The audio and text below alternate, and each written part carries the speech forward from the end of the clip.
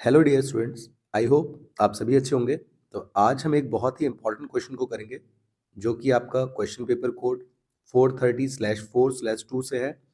Year 2025 में आया था मैथ्स बेसिक के पेपर में। ये क्वेश्चन काफ़ी इंपॉर्टेंट इसलिए भी है क्योंकि बेसिक के पेपर में कुछ कॉन्सेप्ट थोड़े से प्रीवियस नॉलेज से रिलेटेड भी होते हैं जो अक्सर हम याद नहीं रखते हैं और प्रैक्टिस अच्छे से नहीं करते हैं, तो ये हमारा प्रॉब्लम कर देता है। ठीक है, तो यहाँ पर भी हम एक क्वेश्चन ऐसा करेंगे जिसमें आपके पुराने कॉन्सेप्ट यूज हो रहे हैं जो आपने क्लास 9th 8th कहीं पढ़े होंगे। ठीक है, तो इस क्वेश्चन को जरूर करके जाइए क्योंकि काफ़ी हेल्पफुल रहने वाला है आपके लिए।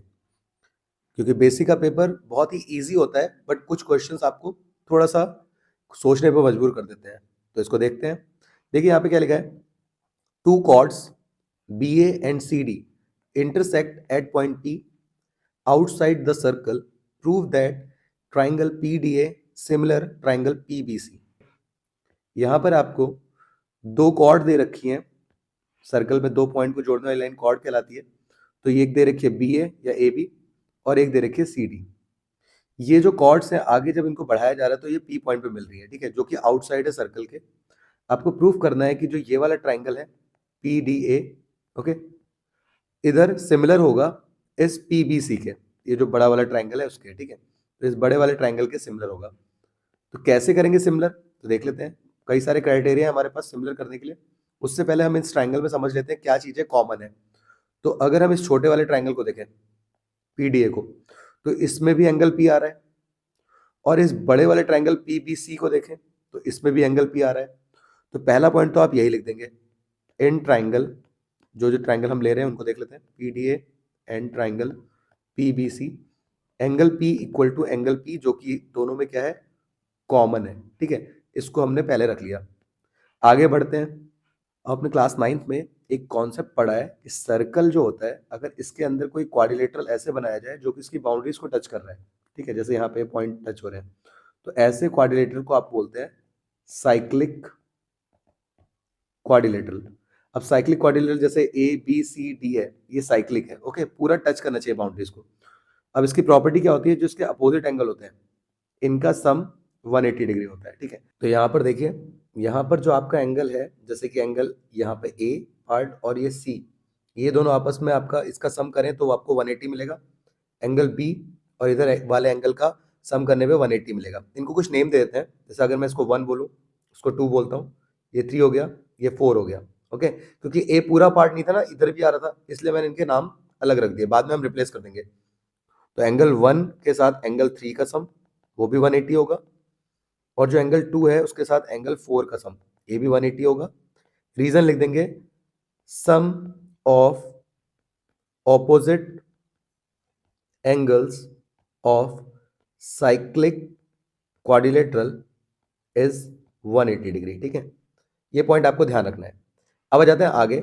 अब यहाँ पे एक पॉइंट आप देख सकते हैं, यहाँ पे इसको प्रूफ करने के लिए आप दो तरीके से इसको प्रूफ कर सकते हैं, लेकिन आपको ध्यान रखना है कि यहाँ पे आपको लीनियर पेयर लगाना पड़ेगा। या तो आप इसको बढ़ा लीजिए 1 को, या तो इस 4 को बढ़ा लीजिए। ठीक है, दोनों तरीके से हो सकता है।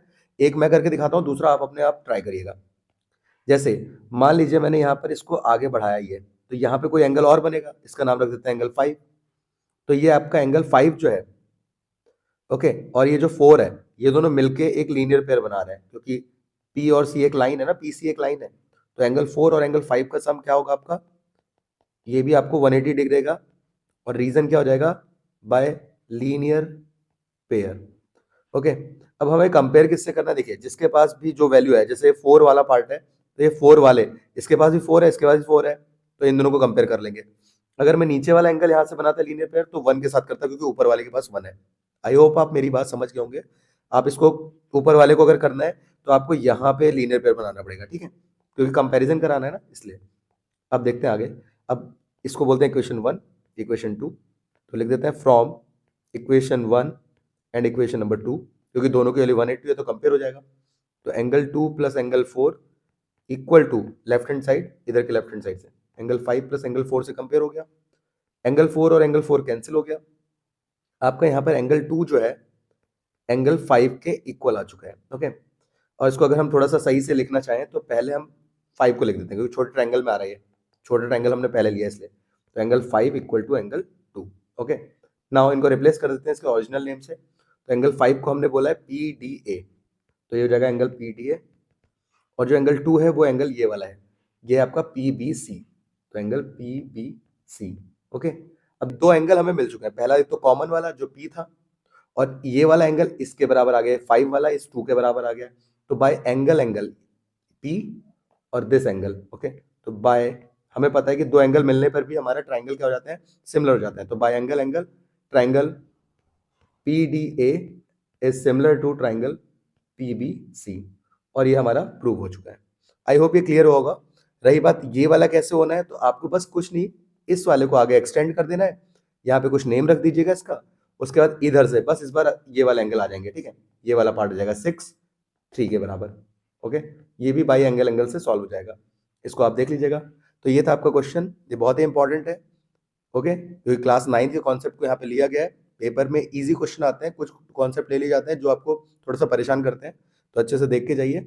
मिलते हैं नेक्स्ट वीडियो में, तब तक के लिए all the best, take care and bye bye.